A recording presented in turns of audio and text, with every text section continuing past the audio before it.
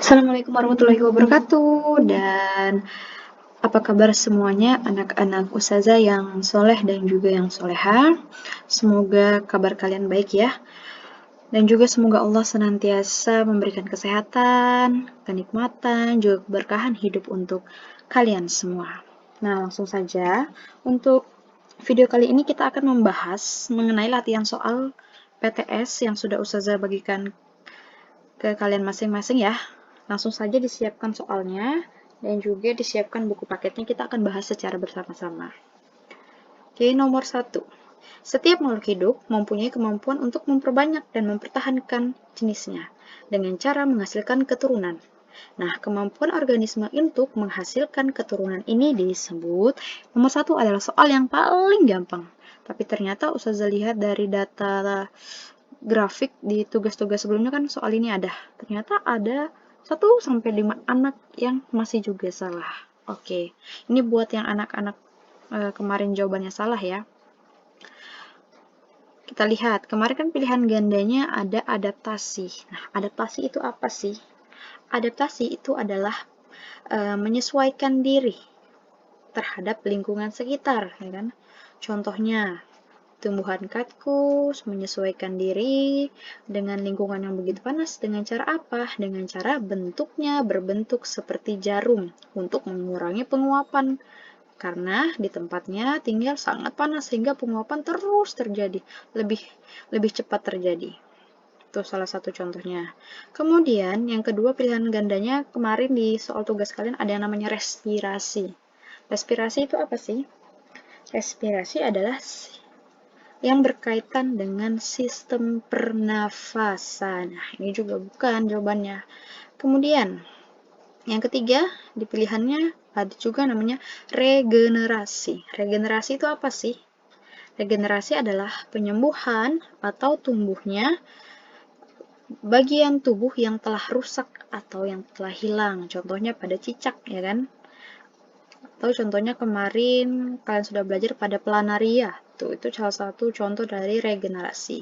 Kemudian yang terakhir adalah reproduksi. Reproduksi itu berbicara mengenai bagaimana suatu makhluk hidup untuk terus mempertahankan keturunannya, mempertahankan jenisnya dengan cara ya terus menghasilkan keturunan sehingga jenisnya tidak akan punah. Inilah yang dimaksud dengan reproduksi. Berarti nomor 1 jawabannya adalah reproduksi.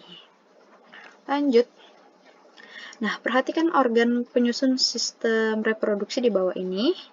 Ya kan? Itu kalau tidak salah di soal nomor 2 dan nomor 3 di soal latihan kalian.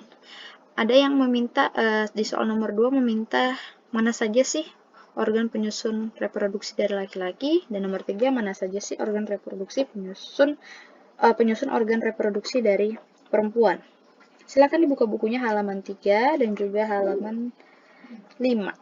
Di situ sudah tertulis jelas di buku kalian bahwa testis itu masuk ke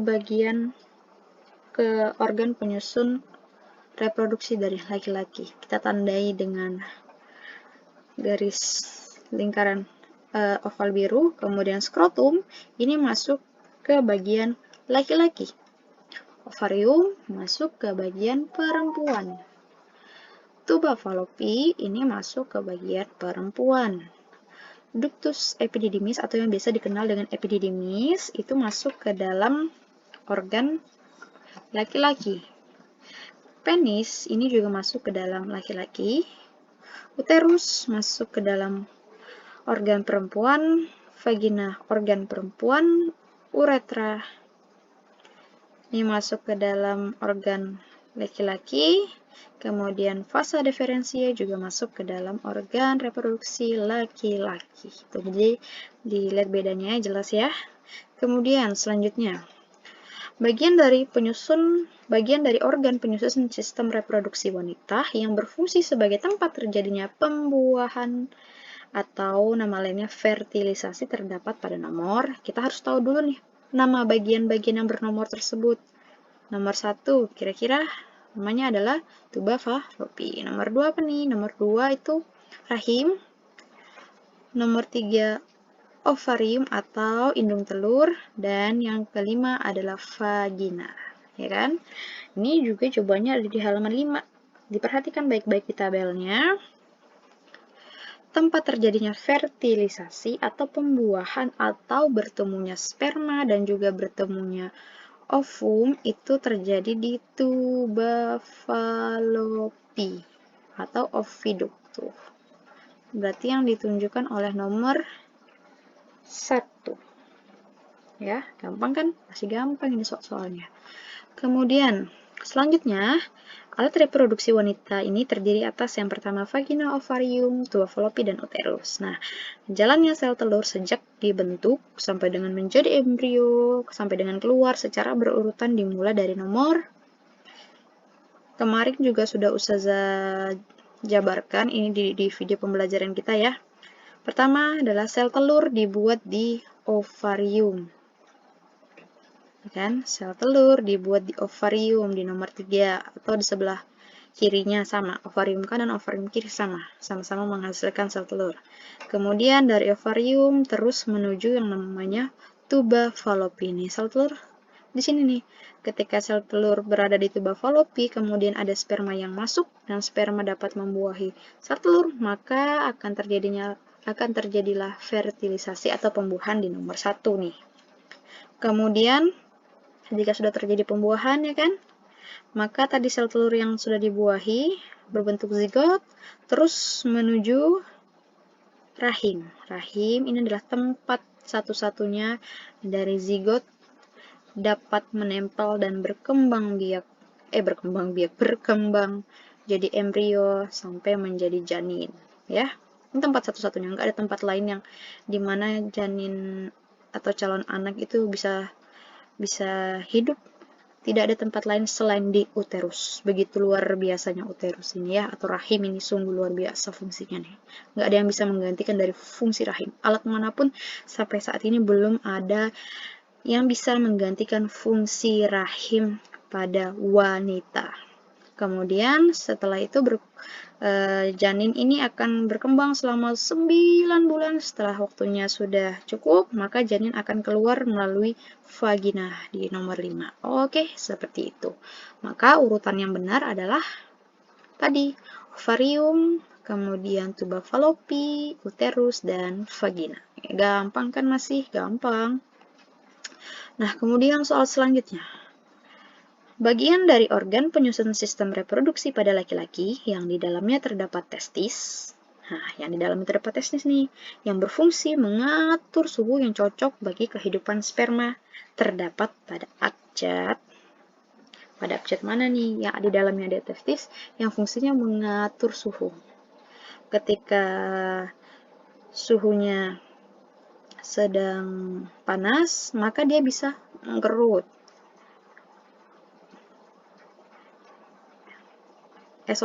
Ketika suhunya panas maka dia bisa mengembang, dan ketika suhunya sangat dingin dia bisa mengkerut. Itu yang mana tuh? A ini adalah, silahkan dibuka di bukunya halaman 4. Kita sama-sama mengingat kembali bahwa A ini adalah penis, kemudian B ini adalah skrotum, yang C ini adalah testis, yang D adalah epididymis, ya kan? Kemudian yang E adalah vasa deferentia, yang I ini adalah kandung kemih. Silakan dibaca di bukunya masing-masing, sudah ada J, G, H, F, sudah ada semua di bukunya masing-masing. Jadi yang berfungsi, yang di dalamnya terdapat testis kan ini. Berarti di luarnya testis itu adalah skrotum. Fungsinya skrotum yaitu mengatur suhu sehingga cocok bagi sperma untuk hidup di dalam testis. Berarti abjad B. Kemudian, nah, penyakit-penyakit ini silahkan dibuka di buku kalian halaman 17 ya. Sudah dibuka bukunya halaman 17. Oke, di tabel 1.5 itu ada berbagai macam penyakit pada sistem yang bisa menyerang sistem reproduksi manusia. Kemudian ada soal penyakit pada kelamin yang diakibatkan oleh jamur Candida albicans yang banyak nih diderita wanita. Yang manakah? Pada wanita sering nih mengalami yang namanya keputihan. Ya kan? Kenapa sih keputihan itu bisa sering terjadi pada wanita? Ya karena mungkin kurangnya menjaga kebersihan, ya kan? Kemudian ketika memakai celana dalam dipakai dari pagi sampai sore sampai malam dipakai terus. Jadi satu hari satu celana dalam. Oh, itu tidak bagus. Jadi pada perempuan diusahakan untuk mengganti celana dalam sesering mungkin, ya kan? Kemudian ketika kalian habis buang air kecil ataupun buang air besar, itu kan daerah bawah itu masih lembab atau basah. Nah, itu jangan langsung pakai celana dalam, maka dilap dulu dengan tisu atau kain. Dilapnya juga jangan kasar, tapi ditap-tap saja. Tap-tap, kayak kalau kalian pakai skincare itu loh di muka, ditap-tap saja, ya. Kemudian, pertanyaan selanjutnya adalah penyakit kelamin yang ditandai dengan adanya luka pada vagina atau penis yang disebabkan oleh bakteri Treponema pallidum. Di buku kalian juga ada sudah gampang tuh, tinggal kalian jawab. Maka jawabannya adalah sifilis atau raja singa. Jadi ini ada luka nih pada vaginanya atau penisnya. Nah, penyebabnya adalah bakteri. Itu banyak banget penyakit-penyakit yang ini baru sebagian penyakit di buku kalian ini yang dijabarkan. Sesungguhnya banyak banget penyakit nanti akan kalian pelajari di jenjang selanjutnya. Maka dari itu pesan Ustazah adalah menjaga kebersihan organ reproduksi dengan baik, karena itu adalah aset kalian bagi wanita dan juga bagi pria untuk masa depan, ya. Lanjut nih ya, kita lanjut. Oh, ini masuk ke dalam bab selanjutnya, makanya kita buka halaman 28, 29, dan halaman 30. Oke, nah pertanyaan yang pertama adalah mata tunas tanaman cocor bebek akan muncul pada bagian mata tunas atau tunasnya cocor bebek tuh berada di mana sih? Kalau dilihat dari gambar mah gampang, berarti tunas nih yang muncul-muncul cocor bebek baru nih berada di mana? Tunasnya berarti berada di bagian daun dari cucur bebek. Nah, tunasnya ini bisa dicabut, kemudian ditanam kembali. Nanti ketika tempat untuk menanamnya cocok, maka akan tumbuh menjadi tanaman cocor bebek yang baru. Ya. Kemudian berdasarkan gambar tersebut, maka tumbuhan stroberi berkembang biak secara, lihat gambarnya, ada tumbuhan, kemudian ada apa nih? Ada bagian batang yang menjalar di atas tanah, kemudian ada tumbuhan lagi. Ini ada batang menjalar di atas tanah dan ada tumbuhan lagi. Kalau yang batang menjalar di atas tanah, maka disebut dengan geragih atau stolon. Ya. Lanjut. Nah, ini sering banget dilihat. Sering lihat kan? Yang nggak pernah lihat berarti mainnya kalian kurang jauh. Oke? Ini banyak banget nih di Sangatta ini. Nggak ada yang, kalau memang belum pernah lihat, memang kalian mainnya masih kurang jauh, guys. Oke? Pertanyaannya adalah, jika kalian perhatikan, banyak tumbuhan paku yang hidup di lingkungan sekitar kalian. Nah, dengan cara apakah tumbuhan paku-pakuan ini berkembang biak? Dengan cara ada bulat-bulatan yang mana? Ini ada bulat-bulatan di belakang daunnya. Dengan cara apa nih kalau bulat-bulat seperti ini? Dengan cara spora. Jadi, tumbuhan paku-pakuan berkembang biak dengan cara spora, pembentukan spora. Oke, sampai sini paham ya? Lanjut. Nah, ini adalah tipe perkecambahan. Nah, silahkan dibuka bukunya halaman. Kita cari tipe perkecambahan berarti di halaman 38. Oke, sudah dibuka halaman 38, tipe perkecambahan. Ya kan? Berdasarkan gambar kiri dan kanan kalian, ini ada dua tipe perkecambahan. Ada yang epigel, ada yang hipogel. Yang mana epigel, yang mana hipogel. Oke? Kita intinya perkecambahan, cara mudah menghafalnya, ingat kotiledon. Kotiledon itu adalah cadangan makanan. kemudian ada epikotil. Epi itu artinya atas. Ingat api, api. Api itu di mana api berada? Api berada di selalu di api itu namanya apa sih? Api itu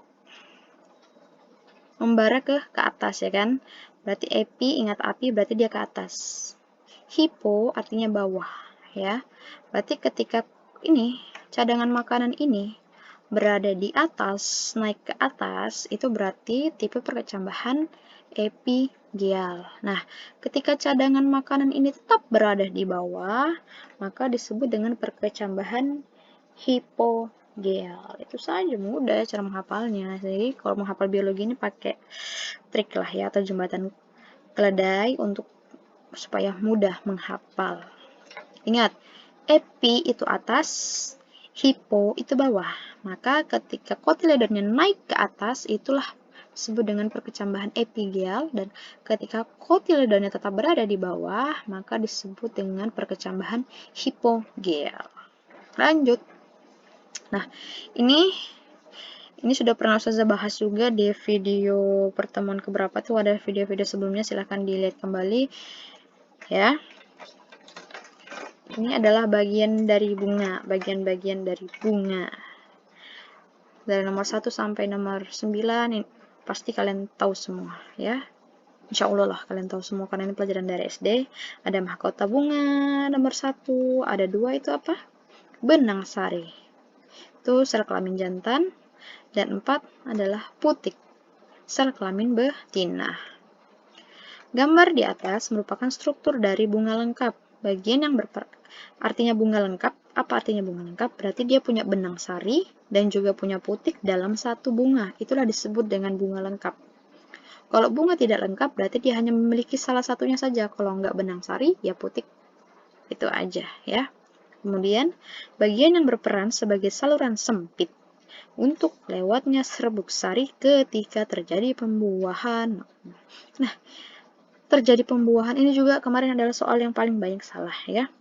Padahal jika kalian memperhatikan videonya dengan benar, tidak di skip, ini adalah pertanyaan yang gampang. Pembuahan itu fertilisasi, itu membutuhkan apa dan apa. Intinya pembuahan atau fertilisasi membutuhkan sel sperma atau sel jantan dan sel ovum atau sel betina ya kan. Pada tumbuhan ada sel jantan namanya benang sari nomor 2. Kemudian dan putik sel kelamin betina di nomor 4 ya kan. Fokusnya ke nomor 2 dan ke nomor 4. Kemudian ketika terjadi pembuahan, otomatis benang sari ini harus masuk ke dalam putik ya kan. Nah, ketika nomor 2 jatuh dan masuk ke nomor 4, maka terus akan masuk melewati saluran sempit. Saluran sempitnya itu yang nomor berapa? Yang nomor 5. Inilah, nanti ketika terjadi pembuahan, maka nomor 6 ini akan terus berkembang.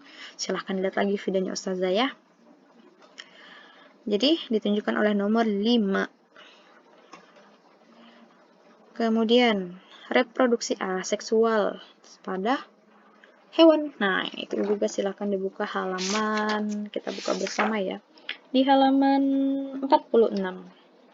Reproduksi vegetatif pada hewan. Ada 3 nih buku kalian, ada fragmentasi, kemudian ada pembentukan tunas, dan ada parthenogenesis. Ini adalah gambar ubur-ubur. Lebih enaknya kalian melihat video sih, lebih paham di video. Nah, videonya itu di e-learning kalian sudah kemarin sudah Ustazah upload ya di e-learning kalian mengenai perkembangbiakan pada hewan secara vegetatif. Sudah ada tuh, silahkan dilihat ulang jika memang belum melihat atau belum paham. Soalnya adalah reproduksi seksual dengan cara buding atau tunas nih. Nama lainnya tunas itu adalah buding. Dalam hidupnya, ubur-ubur melalui 2 fase. Iya, jelas. Pertama, fase polip. Ini adalah fase polip 2 ini. Fase ubur-ubur itu 2 fasenya dalam setiap hidupnya. Ada fase polip, fase menetap, menempel, tidak bisa kemana-mana. Kemudian setelah fase polip, maka akan ada fase medusa, ketika dia dapat bergerak dengan bebas. Nah, maka rangkaian proses reproduksi dari ubur-ubur ini terjadi melalui apa? Terjadi melalui, ada kata kuncinya budding atau pertunasan atau pembentukan tunas. Ini adalah tunas dari ubur-ubur. Tunas? Bagaimana bisa, Ustazah? Hewan kok tunas? Bisa. Maka dari itu silahkan dicek kembali video Ustazah itu di dalam bentuk video, lebih mudah dimengerti ya. Lanjut nih. Lebah merupakan, materinya masih sama ya di halaman yang tadi. Lebah merupakan salah satu serangga kecil yang kompleks. Nah, lebah ini dapat bereproduksi secara kawin maupun secara tak kawin. Tahu ya, kawin dan tak kawin. Kawin artinya menyatukan ada sel sperma dan sel ovum, sedangkan tak kawin ya berarti tidak ada pencampuran antara sel sperma dan sel ovum. Kemampuan reproduksi vegetatif berarti secara tak kawin, yang tak ada pencampuran sperma dan ovum atau sperma dan ovum pada lebah melalui cara partenogenesis. Nah, jadi lebah berkembang biak dengan cara partenogenesis, yaitu merupakan peristiwa perkembangan sel kelamin betina. Sel kelamin betina nih, ovumnya nih, menjadi individu baru. Wow, ovum tanpa dibuahi sperma bisa jadi lebah yang baru. Ya kan? Tanpa ada peleburan tuh. Nah, hasil anakan dari cara reproduksi secara partenogenesis ini akan menghasilkan keturunan yang berjenis kelamin berjenis kelamin apa? Jadi, lebah ini bisa dua cara reproduksinya. Secara kawin, artinya seperti gambar ini, secara kawin dia bisa memang kawin. Penyatuan antara queen, ini ovumnya dari sang ratu, dan spermanya dari sang pekerja. Sang jantan. Kan? Bisa juga dia bereproduksi secara langsung tadi. Yang ovumnya tanpa dibuahi sperma, bisa jadi individu baru. Ya kan? Nah, cara reproduksi secara partenogenesis ini akan menghasilkan keturunan berjenis kelamin. Ini sudah dikasih di gambar nih, jelas gampang. Ketika betina dan jantan melakukan perkawinan, maka hasil keturunannya itu semua berjenis kelamin perempuan yang gunanya adalah sebagai lebah pekerja, ya.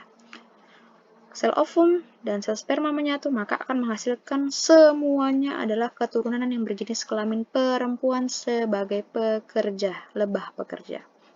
Sedangkan jika sel ovum saja tanpa dibuahi sperma, maka akan menghasilkan lebah berjenis kelamin laki-laki. Nah, itulah asal mula laki-laki dan jenis kelamin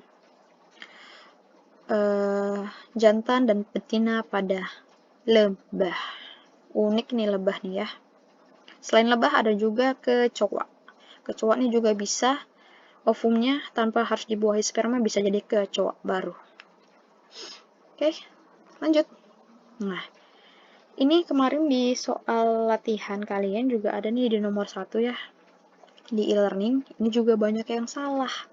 Karena mungkin membacanya terlalu terburu-buru ya, sehingga kurang teliti.